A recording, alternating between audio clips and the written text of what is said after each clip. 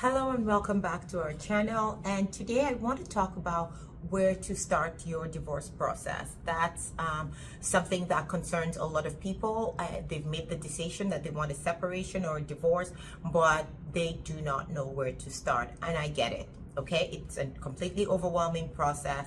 And what I always advise in general is just start where it makes you feel the least uncomfortable, because it will be an uncomfortable process. There's no doubt about that. But wherever you want to start, where do you want to start? What makes you feel the least uncomfortable?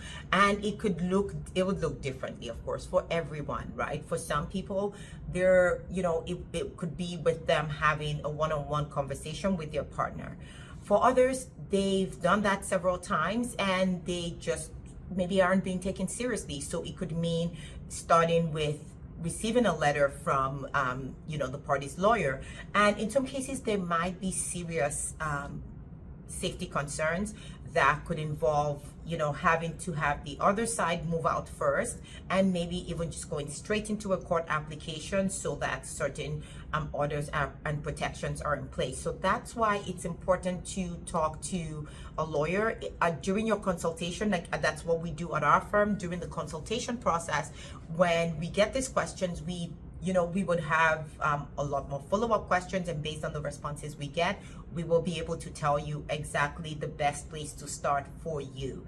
So what you have to know first off is, in general, communicating the decision to the other side is generally step one. So whether it's in the form of a letter from us, a court application, or you having that one-on-one conversation, that's generally where the process gets started. Now, very quickly, once that gets started, we need to think about things like your living arrangement. Would you continue to live in the same home? Is it safe to do that?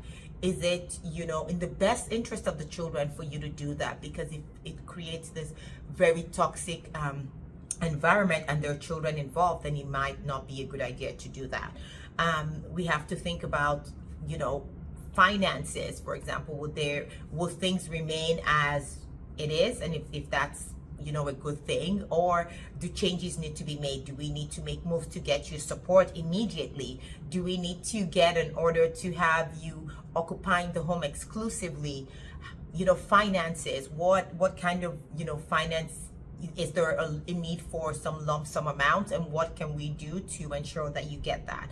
So those are also factors that you need to think about. During consultations, I would generally ask people, when they're starting the process, to think about the children, if there are children available, and the living arrangement. A lot of times these go hand in hand. So if you're moving, where would you be moving with the children? What would their school look like, and all of that? So think about the children, think about living arrangements, think about support. If you're the support payer, do you have to organize your finances to make sure that you're able to pay the support that's required of you? And then you have to begin to collate your documents. So by the document in this context is financial documents. Okay, so if we're doing property division, for example, we would need to know, kind of what our bank balance is on the date of separation, what's the value of businesses, and RSPs, for example, pension. So there's a number of assets that may need to be valued. So where you start is wherever you want to. But as a general rule, you have to think of how would the decision be communicated to the other side, and what are the immediate things that need to be put in place until you get to a final resolution. Because a lot of people get overwhelmed because they have made decisions without thinking about what happens in the short term. So whatever route you go, just remember that you can only go as fast, for the most part, as the other side allows for.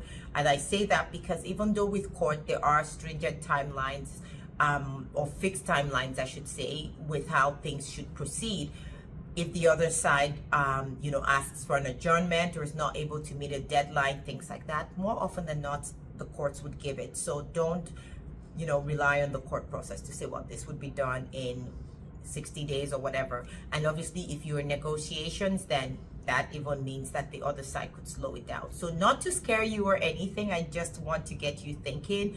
But the question was, where do you start the process? So you start thinking about communication of the decision, thinking about what you need to do in the immediate short term to make sure that you're okay while the final resolution of the process is determined.